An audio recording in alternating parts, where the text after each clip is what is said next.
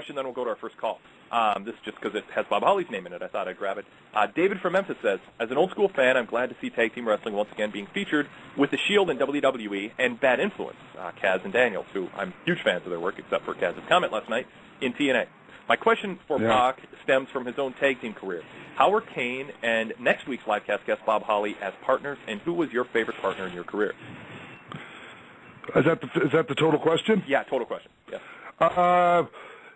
Obviously, it was way different. Like, okay, Kane, and like we were talking about Sid earlier, that was cool. It's nice to have like the you know, we're so different. You know, I kind of like the odd couple. Yeah. And you know, so I got my ass kicked a lot working, you know, being the partner of Kane and Sid, because, you know, who's going to take all the bumps in that operation, you know? Yeah. And even in working with Bob, and I could compare Bob a lot to teaming with Marty Jannetty, because we're both, you know, we're all about the same size. And our roles could be kind of interchangeable, you know.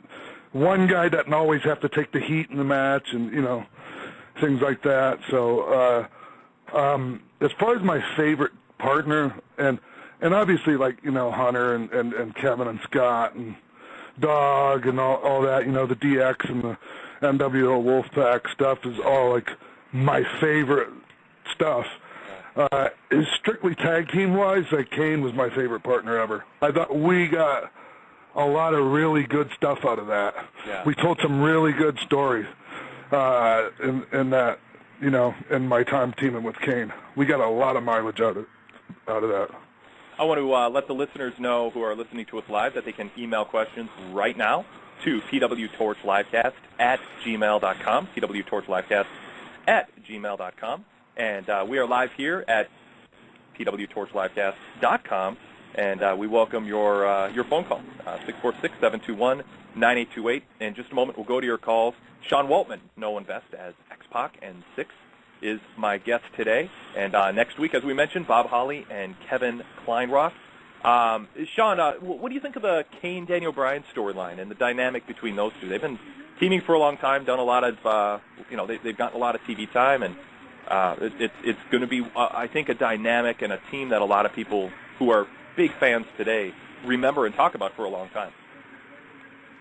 I'm a big fan of it. I'm a big fan of each of theirs individually. Yeah.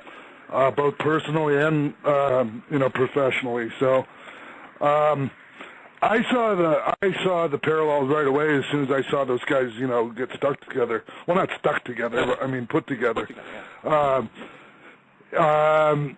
I think they've done some pretty interesting stuff. It's, you know, the whole anger management stuff, it's a little out there, you know. I don't like the way they, the only thing is I think they pussified Kane a little bit, you know, a little bit too much. You know, since when did he care about this or that, or, you know, different things that really, I think, went against his character or his persona that he's had since day one, from the day he was introduced as Kane years and years ago. I think what they're doing with him is what, like, sitcom dads do in TV series that are aimed at adolescent kids, which is, you know, you, as a kid you live with adults being authority figures, so when you watch on TV and they're made to look dumb and fallible and silly, the kids like to laugh because it's unexpected. And sure. Kane being the monster for so long, and WWE aiming for, you know,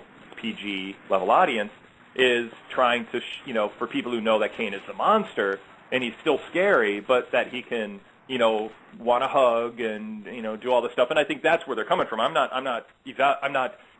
judging whether I like it or not, or whether I think it's good or not, but I think that's kind of where they're coming from. Is like, isn't this so crazy that this monster Kane has a softer side and a sense of humor? Yeah, I get it. Yeah. I get it. Like, I mean, it doesn't have to really be explained because it's obvious, but it got to me. Like, I'm picturing in my mind Kane at one point, like going, gee, I don't know, AJ, talking to the little girl AJ, you know, and like having a conversation with her that made me go, you know, I wanted to hit the TV. I'm like, that's not the monster Kane, you know, that I used to work so hard to protect his monster persona. I used to go to some serious, I'd take my fists and go to war when they try to make him do things like talk. You have no idea how many times they tried to make him talk before he actually did it. Really? And how many times they talked about taking the mask off. I'm like, he's not talking. He's not taking the mask, you know.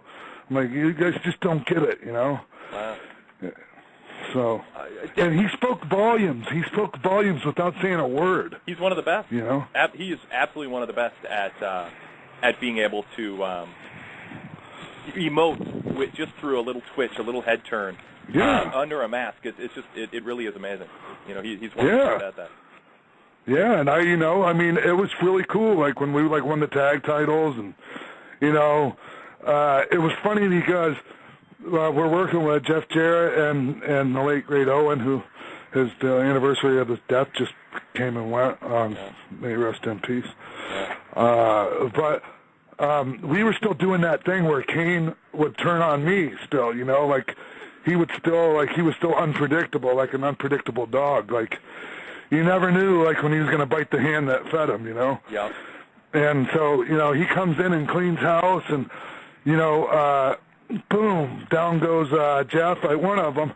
And then I'm in the ring and the people are going crazy. And then Kane looks over at me and he grabs me by the throat, and everybody's like, "Oh shit, he's gonna he's gonna choke slam me." Mm-hmm.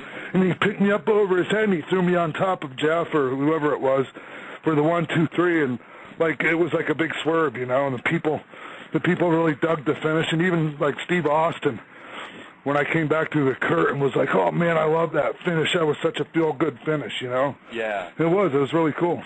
Very cool. Well, that was my reward for being team player at WrestleMania and doing the job for Shane, letting Hunter turn on me. Cool.